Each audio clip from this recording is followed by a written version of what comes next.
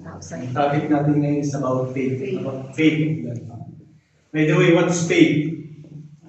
Faith is a complete trust and confidence in someone or something, or strong belief in doctrines of religious based on spiritual conviction rather than proof. And faith in attitude, conviction, or trust relating human beings as the supreme God, or attitude, salvation, in religious stressing divine grace. It inner certainty or attitude of love granted by God Himself. As Christians, we believe that Jesus Christ is our Messiah. As Christians, we believe that Jesus Christ was as Messiah promised in Old Testament. Old Testament pa lang, Jesus Christ talagang propesya na talaga siya ang God. And as Christians, we believe that Jesus Christ is the Son of God. As Christians, we believe that God sent His only begotten Son on earth to save humanity from the consequence of its sins. So tayo tumayo, manalangin mga God our Father, creation of all things, true source, light, and wisdom. Thank you for calling me in this service, for giving me the ability to teach your words and share this glorious gospel. I am overwhelmed through teaching of this news that is priceless. I am unworthy to be given the privilege thinking deeply about news too marvelous for angels to comprehend. Lord, be even gracious to me to let the ray of your light penetrate the darkness of my understanding. Give me confidence in the power of your gospel. Grant me to clarify the understanding and proclaiming the truths of your words. Edify your church through this word. We pray all these things in the name of our Lord Jesus Christ. Amen. Amen.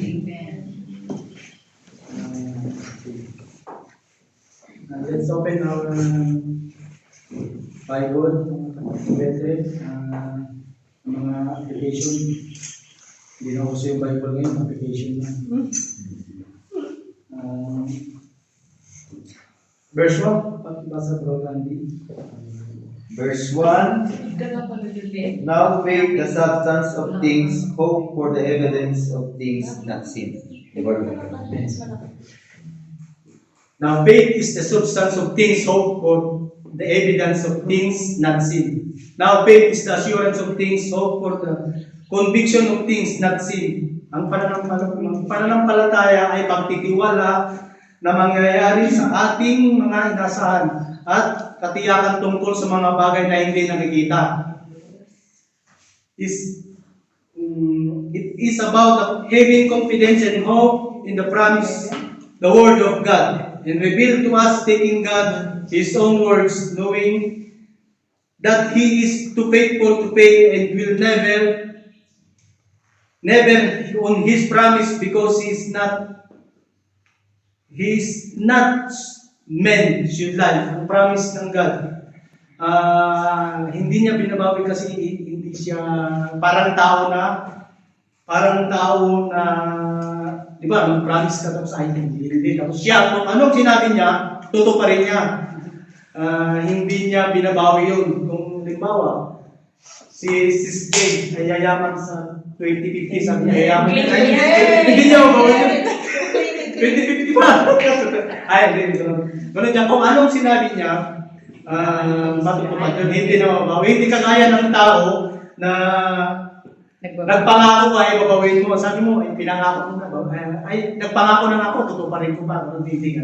Kung pinangako niya, talagang gagawin niya. Amen. Verse 2, Sis Marjorie, Hebrews chapter 11 verse 2, for by the elders obtained a good report. Amen. For by it the elders obtained a good report. For by the people of old received their recommendation. Kinanlutan ang Diyos noong unang panahon nung una dahil sa kanilang pananampalataya sa Kanya. It refers to faith which is a trusting reliance on God. The elders or people of old refers our ancestor nung unang panahon ng mga ninuno natin. Dahil sa pananampalataya nila sa Diyos, natutuwa sa Kanya. Kinalulugdan niya ang mga tao noong unang panahon. Even now, tayo kinalulugdan din Diyos. Tayo ngayon kasi may narinig akong isang verse. Parang narinig mo? Hindi ko nakuha sa verse na sabi ng isang nagtanong kay Jesus na, Lord, napakaswerte namin kasi nakikita ka namin, sabi niya. Pero sumagot si Jesus na mas mapalad kayo na nakakita sa akin, pero mas mapalad yung nanampalataya sa akin na hindi pa niya ako nakikita. Yun ang faith talaga. Yun ang faith. Amen. Amen. Verse 3, bro, pakibasa. Through Pas faith, we understand that the words we pray by the word of God, so that things which are seen were not made of things which do appear. Through faith, we understand that the words were framed by the word of God, so that things which are seen are not with things which do appear. By faith, we understand that the entire universe was formed at God's commands, as stated in Genesis 1:1, that the Lord created the earth and heaven. Sa kanyang salita lang, hindi niya ginawa na parang nag-build sila ng through His word only, nagkaroon nga ng langit at lupa. That what we now see did come from anything that cannot be seen. Dahil sa pananampalataya, naunawan natin na ang sanlibutan ay, yun nga, nilalang ng Diyos sa pamamagitan lamang ng salita. Sabi ng Diyos noon, let there be heaven and earth, and nagkaroon nga. Hindi tayo ngayon kung halimbawa, hindi kagaya ng tao na kung mag-build ng building ay may building dyan, building. Kailangan pa natin ng gamit na semento, metals, anything needed for the building para makagawa ka ng building. Hindi salita, hindi parang ganda. Kung ano ang sinabi ng God na meron nun kung nag-create siya through His word, meron na. Hindi, yun, ganun ka-powerful ang God, mga kapatid. Instant. Sabi niya noon, meron. Hindi ka kaya ng tao na mag-build ka ng building. It takes a long time. Buwan, taon, gano'n. Verse 4, sis Marilo, Hindi mo na siya. Lahat tayo, mabasa dito para By faith, Abel offered unto God a more excellent sacrifice than Cain, by which he obtained witness that he was righteous, God testifying of his gift, and by it he being dead, yet speaketh. By faith, Abel offered unto God more excellent sacrifices than Cain, by which he obtained witness. He obtained was righteous, God testifying of his gift.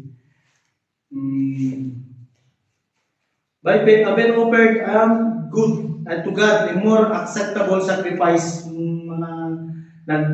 Nag-offer siya ng mas magandang alay kay God, hindi kagaya kay Cain na yung mga kasi ang in-offered ni Abel dito is yung lamb na maganda, yung pinakamalusog na lamb, hindi kagaya ng First class. first class, yung hindi niya nalita na ito pinakapayat, ito bibigay ko kasi ito parang hindi, pinili niya yung pinakamaganda.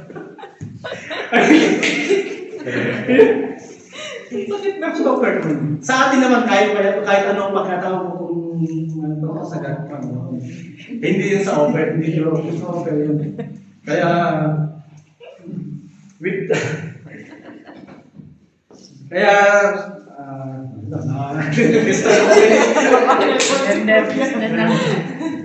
through his faith, si Abel, through his faith, ay kinikilalang matuwid ng Diyos na kahit hanggang ngayon ay naalala pa rin siya. Hindi yung communication na naging pag-usap sa atin kasi sabi ng speaking. Kahit sabi dito sa even is then speaking, sabi niya. Pero hindi na nasasalita na ngayon. Ibig sabihin ng example siya na kahit hanggang ngayon, parang nagkikipag-usap natin. Kasi si Abel, ang unang kauna-unang namatay sa Biblia, na kahit hanggang ngayon parang sabi nagkikipag-usap, pero naalala pa rin natin siya hanggang ngayon dahil sa kanyang faith sa God. Amen? Pero, 5. 6. And it was translated that he should not see death and was not found, because God had translated him. For before his translation, he had this testimony that he pleased God. Amen. By faith Enoch was translated that he should not sin dead and was not found, because God was translated him, for before his translation he had a testimony that he pleased God. By faith, it was by faith that Enoch was taken up into heaven without dying. Hindi siya namatay. He disappeared and was not found, because God took him for before he was taken up, he was now a person who pleased God. Dahil sa pananampalataya sa Enoch sa Diyos, ay hindi siya nakaranas ng kamatayan at naging kalugod-lugod siya bago siya namatay. Kalugod-lugod siya. Hindi siya nakaranas ng kamatayan. Paano kaya yung mga kapatid, hindi ka nakaranas ng namatay? Pinalakad ka agad. Swerte, no? Swerte. Yun, dahil sa kanyang faith, dahil sa kanyang pananampalataya, ganun, ganun ang pag-inom. Verse 6 is, Ayaw ko na pala. But without faith, And without faith, it is impossible to please Him. For whoever who draw near to God must believe that He exists and that He rewards those who seek Him. Amen. Amen. But without faith, it is impossible to please Him. For he that cometh to God must believe He is rewarded of them that diligently seek Him. It is impossible to please God without faith. Talaga, hindi mo naman talaga mapiplease kung hindi ka naniniwala sa Kanya.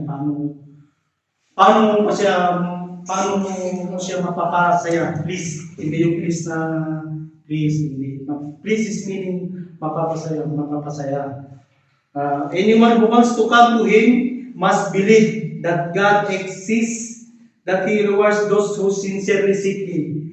Kung hindi tayo sumasampalataya sa Diyos, mga kapatid, hindi natin siya mabigyan ng kaluguran.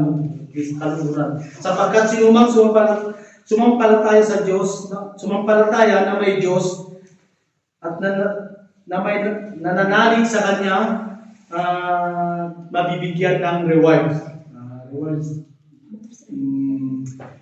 Hindi rewards na premium, pero in heaven, rewards buhay na walang hanggan. Salamat, bro. Buhay na walang hanggan. Yun.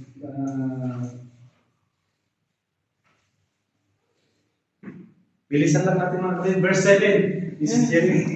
By faith Noah, being warned of God of things not seen as yet, moved with fear, prepared an ark to the saving of his house, by the which he condemned the word and became thereof the righteousness which is by faith. Amen. By faith Noah, being warned of God things not seen as yet, moved with fear, prepared an ark to the saving of his house, by which he condemned the word and became their righteousness which is by faith. It was by faith Noah built a large boat or ark to save his family from the flood. Even though noon gumagawa na siya ay tag-araw, ang mga tag-araw talaga, summer, walang ulan, basta mainit na mainit. Pero he obeyed God, who warned him things that never happened, yung hindi pa nangyari, hindi pa niya nakikita. Naniwala siya na mangyayari yun. Kaya gumawa siya ng ark. Sabi siguro ng Diyos, nagagawa ka ng ark kasi darating yung panahon na tumira sila doon na may paniniwala. For he was like a foreigner. Foreigner na sila doon talaga kasi hindi naman talaga sila taga doon. Parang sa atin, hindi tayo taga rito. Foreigner tayo. Pero dahil sa paniniwala natin, magkakaroon tayo ng trabaho dito, pumunta tayo rito. Nagkaroon tayo ng trabaho. Kasi naniniwala tayo na magkakaroon tayo ng trabaho. Ganon sila. Ganon si Abraham noon. Kahit alam nilang wala silang matitirhan doon, pumunta pa rin sila. Kahit like a foreigner living in Athens, and so did Isaac and Jacob, who inherited the same promise. Dahil din sa pananampalataya, siya ay naninirahan bilang dayuhan sa lupang pangako sa kanya. Mga tolda ang naging tirahan nila. Gayon din sina Isaac at Jacob na tumanggap din sa ganon, sa katulad ng mga promise ng God. Kaya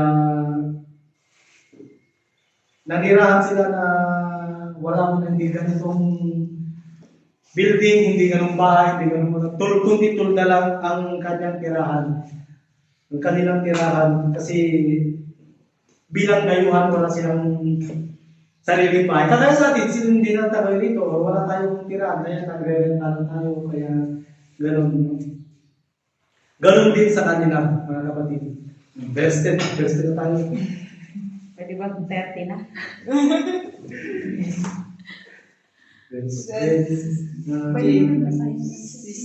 Sis Ate Josie, pakiwas. For he was looking forward to the city that has foundation, whose designer and builder is God. I pray. Okay, salamat. Okay. For he looked for a city which had foundation, whose builder and maker of God. Abraham confidently looking forward to the city which eternal foundation, a city designed and built by God. Sapagkat matapat niyang hinihintay ni Abraham ang isang lungsod na Diyos mismo ang nagplano at nagtatag. Diyos mismo ang, tingnan niyo, hinihintay niya sapagkat hinihintay niya, nakapaghintay si Abraham na ibibigay sa kanya yung lupang pangako o kaya na ang nagtatag ay ang Diyos. Kaya ang lupa na to ay sagrado. Ito yata yung Israel na tinatawag nila ngayon. Yun ang pangako ng Diyos kay Abraham. Verse 11 Hebrews 11:11. Through faith also Sarah herself received strength to conceive seed, and was delivered of a child when she was past age, because she judged him faithful who had promised. Amen. Through faith also Sarah herself received strength to conceive seed, and was delivered of a child when she was past age, because she judged him faithful who had promised. It was by faith Sarah that even she was able to have a child, though she was barren and all siya. Dahil sa paniniwala, si Sarah, nung nag-anak siya is about, ilang taon na siya sa matanda, 98 yata, and siya ay barren. Barren. And she was too old. She believed that God would keep His promise na bibigyan siya ng anak. Kaya dahil sa kanyang pananampalataya, nagkaroon siya ng isang anak. Kahit matanda na siya, at dahil tinupad ng Diyos ang kanyang pangako. Ganyan ang gaya ng Diyos kapag kaya nga kapag nagbigay ng pangako ang Diyos, tutuparin niya talaga kahit parang imposible. Kasi si Sarah, 98 years old at saka rin kaya paano yun? Hindi ka manipaliwala. Oo, hindi na talaga magkakanak yun. Pero dahil sa promise ng God at siya sa kanyang pananampalataya nagkaroon siya ng anak na isa. Verse 12. Bro, pakinggan na rin yung verse 12.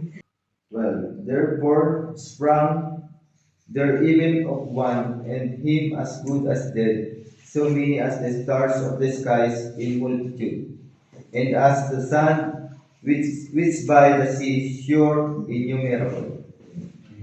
Therefore sprang there even of one, and him as good as dead, so many as the stars of the sky in multitudes, and as the sun which is by sea is sure innumerable. And so the whole nation come from this one man. Yun na. Kay Abraham pala nanggagaling. Abraham ba yun? Oh, kay Abraham nanggagaling ang descendants as good as in kahit siya ay matanda na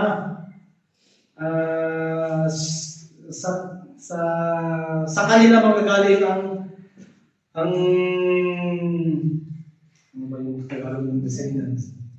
Lahi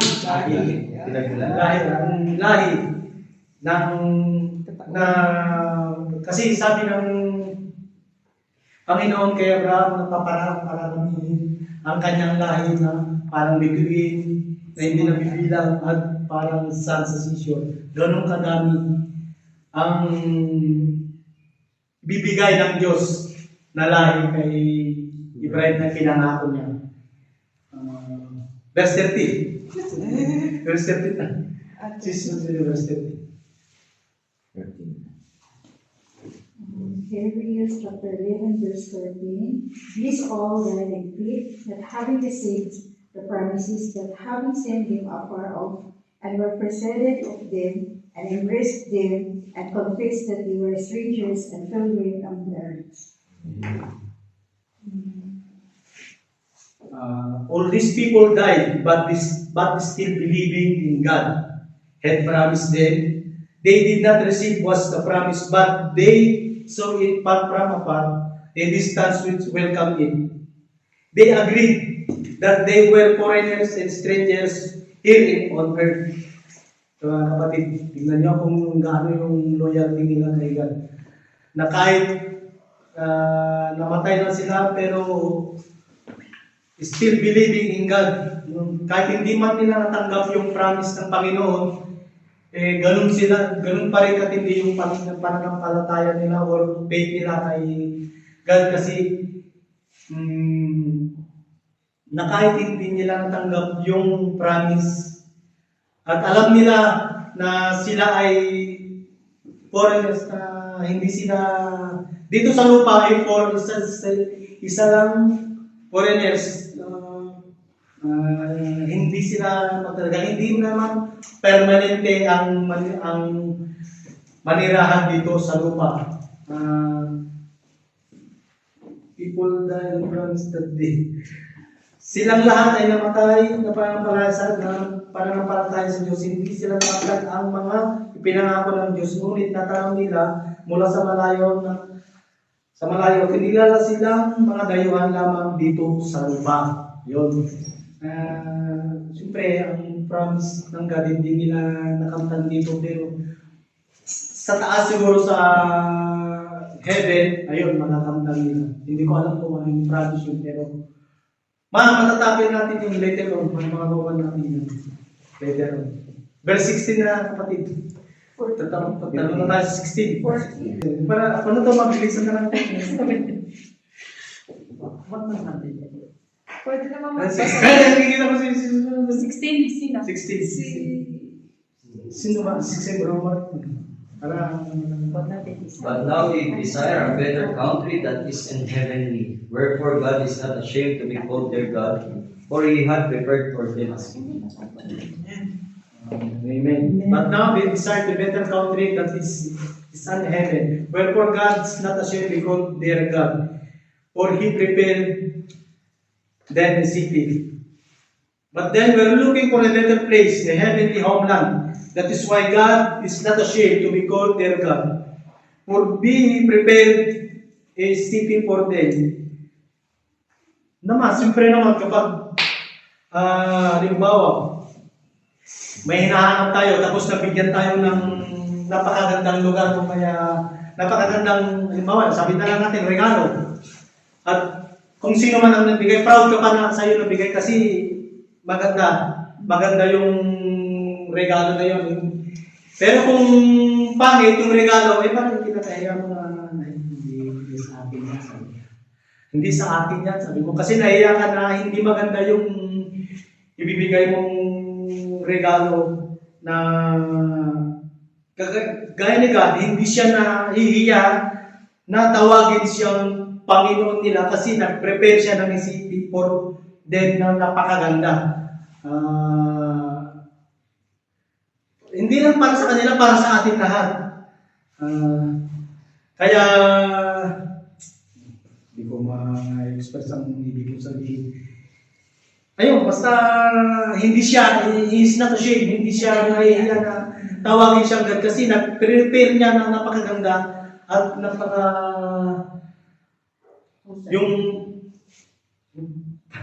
basta napakagandang lugar para sa atin. Pinipira ginawa niya na hindi bara-bara, hindi ganito. Basta pinipira na maganda para sa pagdating natin siguro doon. Maganda na. And then, lahat na. Special tayo sa kanya kaya special yun. Ayun, special tayo kasi kung hindi special naman kung hindi special yung halimbawa, regaluhan mo, i-prepare mo, ganun. Pero, dahil special tayo sa kanya, sabi niya, ay, ito gawin ko ng maayos. The best. Ayun. Amen. Verse 17, mga kapatid.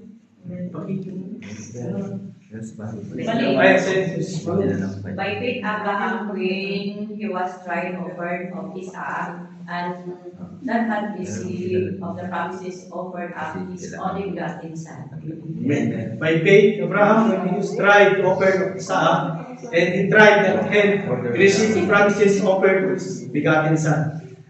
It was by faith that Abraham offered Isaac as a sacrifice when God tested him. Abraham, when he received God's promise, was ready to sacrifice his only son, Isaac.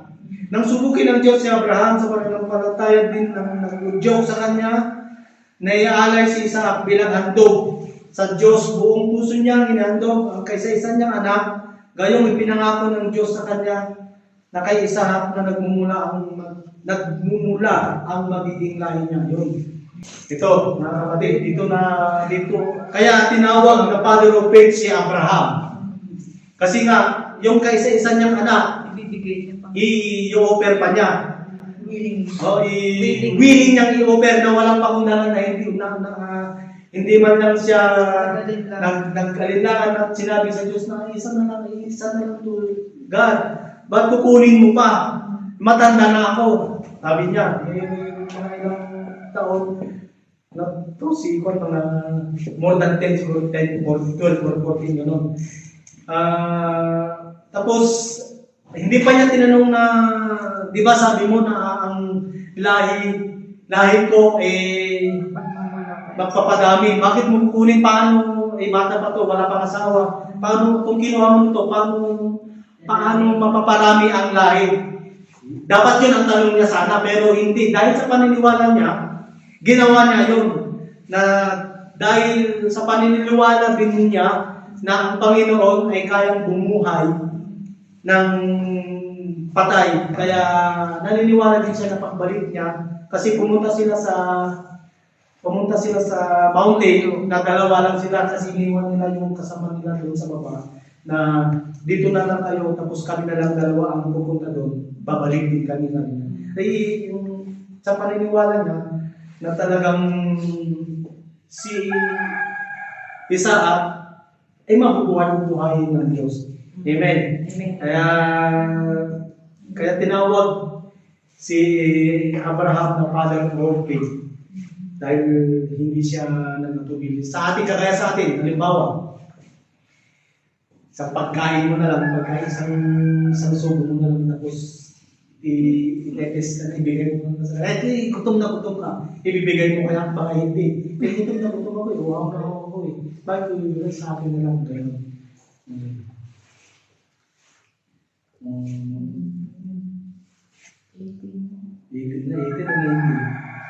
18 na 19.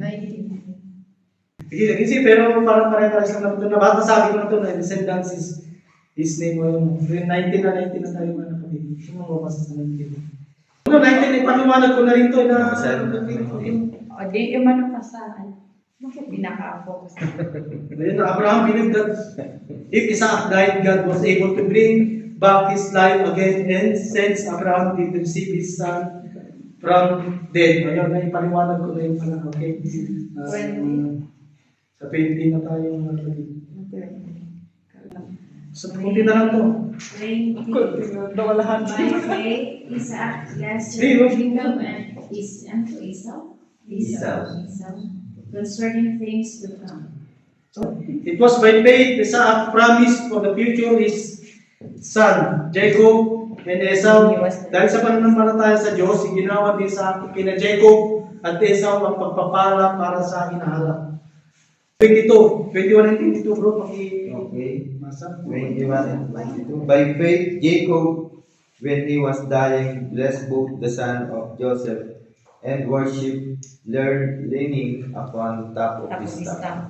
22. By faith, Joseph, when he died, made mention of the departing of the children of Israel, and gave commandments concerning his bones. It was by faith, verse 21, it was by faith that Jacob, when he was old and dying, blessed his sons of Joseph's sons and bowed as he worship, and he leaned all his staff. Dahil sa pananampalataya sa Diyos, ginawa ni Jacob ang pagpala sa dalawang anak ni Joseph bago siya namatay. Umawak siya sa tungkod at sumamba sa Diyos. It was by faith that Joseph, when he was died, said confidently to the people of Israel would leave to Egypt. He even commanded them to take his bones with them when they left. Yun, dahil sa pananampalataya, sinabi ni Joseph na ang mga Israelita ay uualis na sa Egypt. Di ba ang mga Israeli ay pumunta sa Egypt? Slave ba sila dito? Slaves. Oo. Pero sa pananampalataya, sabi ni Joseph sa kanila na makakalis na. Pero pag alis nila, at binili niya na kasi si Joseph ay namatay siya sa Egypt. Pero pag alis nila, dadalhin yung kanyang buto. Para hindi maiwan sa Egypt kasi hindi yun talaga ang lugar niya. Ang gusto niya siguro is yung sa sariling lugar niya iupan yung buto. Amen. 22. 23. Ay, 23 na pala. 23 to 25. 25. Oh, 25. Okay. Sino? By faith, Moses, when he was born, was hid 3 months of his parents because they saw he was a proper child, and they were not afraid of the king's commandment. By faith, Moses, when he was come to years, refused to be called the son of Pharaoh's daughter, choosing rather to suffer affliction with the people of God than to enjoy the pleasure of sin for season. Amen. 3 verses yun hanggang 25 verses. Okay. By faith, Moses, after he was born, he was hidden by his parents for 3 months because he saw that the child was beautiful and they did not fear to disobey the king's command. When Moses grew up, he refused to be called the son of Pharaoh's daughter. He rather to choose to share the oppression or mistreating the God's people instead of enjoying the fleeting pleasure of sin. Ito dahil sa pananampalataya mga kapatid, si Joseph ay itinako ng kanyang mga magulang ng about 3 months. Pero nung lumaki na siya, parang ito yung ipinaanod sa tapos sa late. And then, tapos nakita ng prinsesa prinsesa ng Egypt. Tapos inalagaan niya hanggang sa lumaki siya. Pero nung lumaki na siya, itinanggi niyang anak siya ng prinsesa ng hari. Kasi ang mga tauhan, mga slave din, mga Israeli, slave ng Egypt, mga tao noon, mga pinapatay, yung mga mahina pinapatay. Ang dugo ni Moses is Israeli kasi blood is thicker than water talaga. He rather to choose to share oppression of mistreating the God's people instead of enjoying. Mas ninais niya, mas pinili niya kahit mag-suffer pa siya. Magsakripisyo kaysa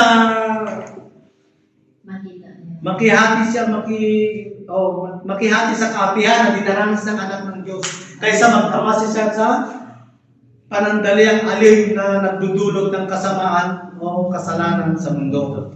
Amen. Kaya yun, dahil sa kanyang pananampalataya kasi ituloy ko na sa 26. Sa 26 is kasama rin pala ito 26 to 30, sino magpasa pag-iba? Verse 26 says, esteeming the reproach of Christ greater riches than the treasures of Egypt, for he had respect unto the recompense of the reward. 27, by faith he forsook Egypt, not fearing the wrath of the king, for he endured as seeing him who is invisible. 28, through faith he gave the Passover of the sprinkling of blood, lest he that destroyed the firstborn should touch them. 29, by faith they passed through the Red Sea as by dry land, which the Egyptians assaying to the word Rome. 30, by faith the walls of Jericho fell down after they were compassed about 7 days. Amen. Ayun. Verse 26. Esteeming the reproach of Christ his riches that the treasure in Egypt, for he had respect unto the complete recompense of the rewards. 26 yun. Kasi nga, he thought it was better to suffer for the sake of Christ than to own the treasure of Egypt. For he was looking ahead to his greater reward.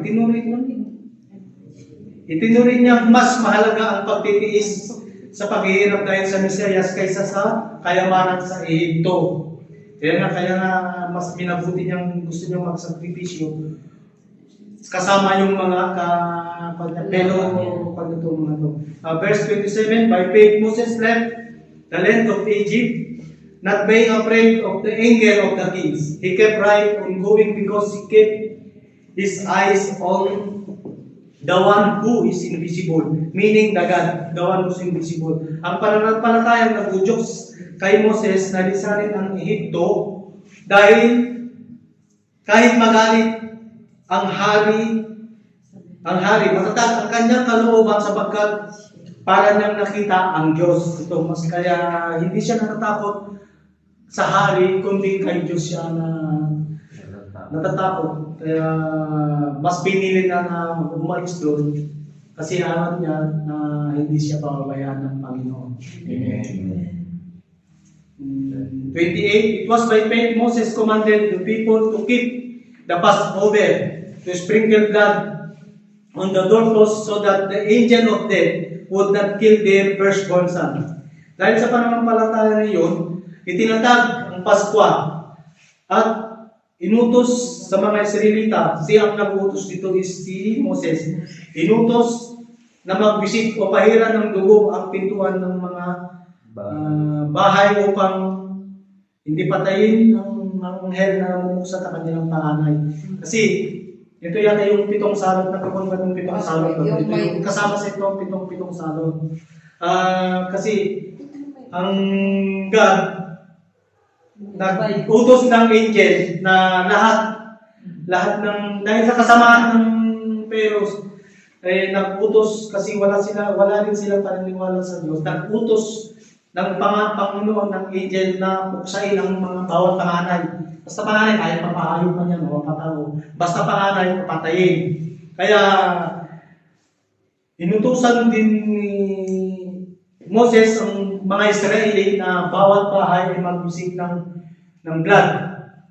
Ng blood para maybe tanda na yung para pagdaan ng angel na makikita niyo may blood na siya, sabi nila may patay na dito o kaya tanda mga Israeli dito. Kaya yun mga kapatid, dahil sa paniniwala nila, yun ang ginawa nila.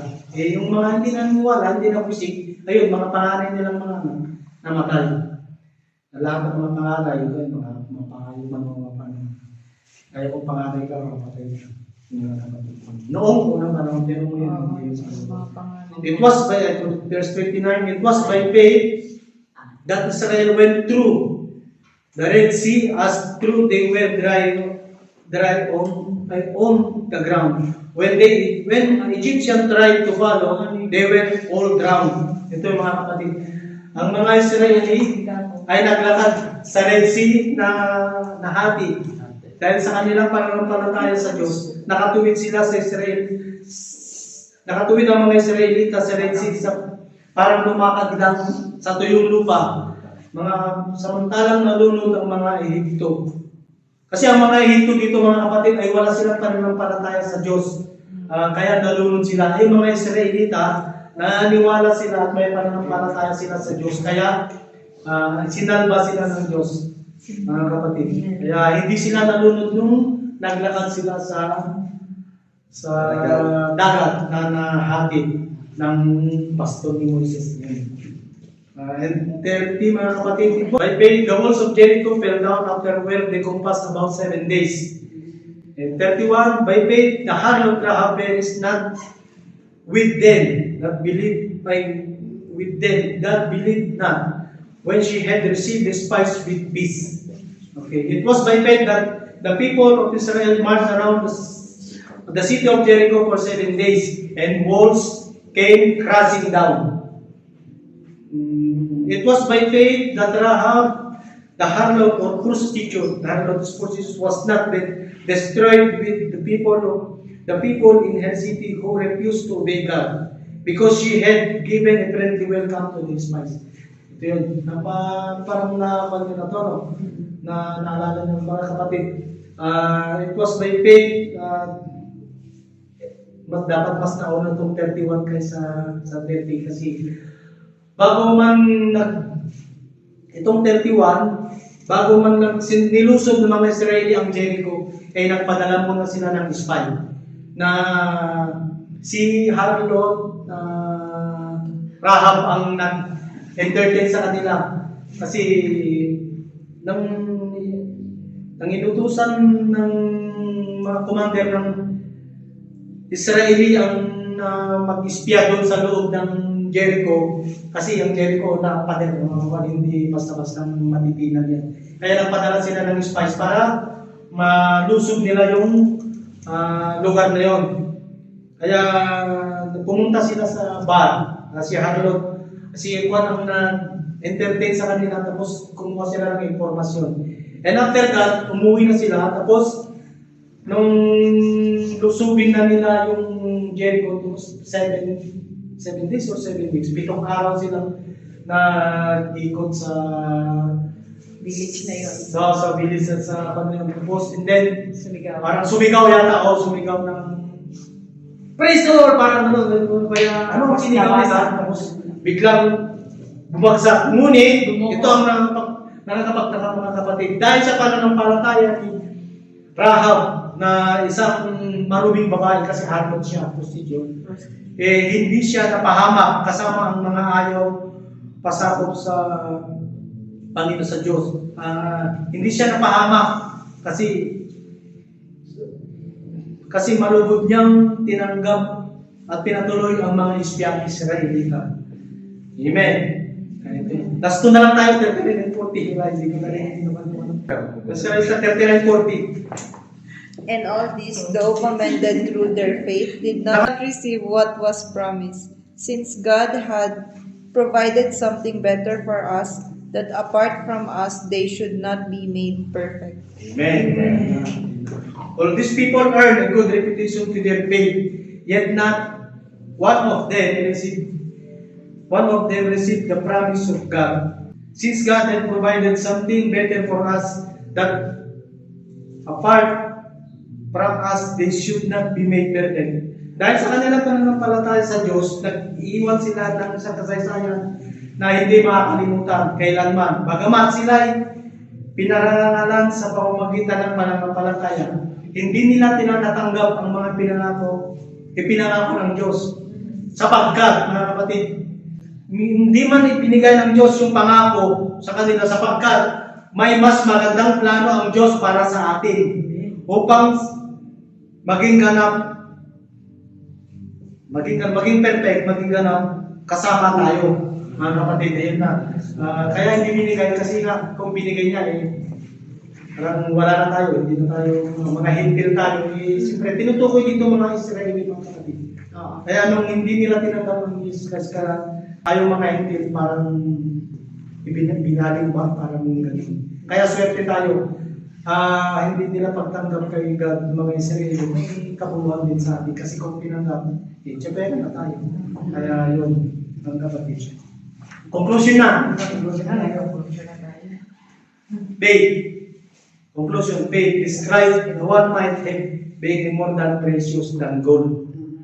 No matter what we might hope to gain in this life, nothing as important our faith in God. These are some important instruments for our faith. Faith allows to please God. Faith leads us to our justification. Faith allow us to be son of God. Faith let Christ dwell in our hearts. Faith give us our understanding. Faith is the standard by which we live. Faith gives us stability. Faith is a shield to protect us. Faith gives us victory over the world.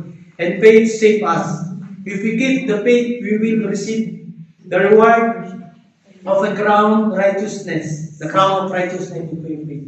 Sa taas na yun. Let us determine to be faithful until death, so that we do not miss out the reward of God has offered to us. Amen.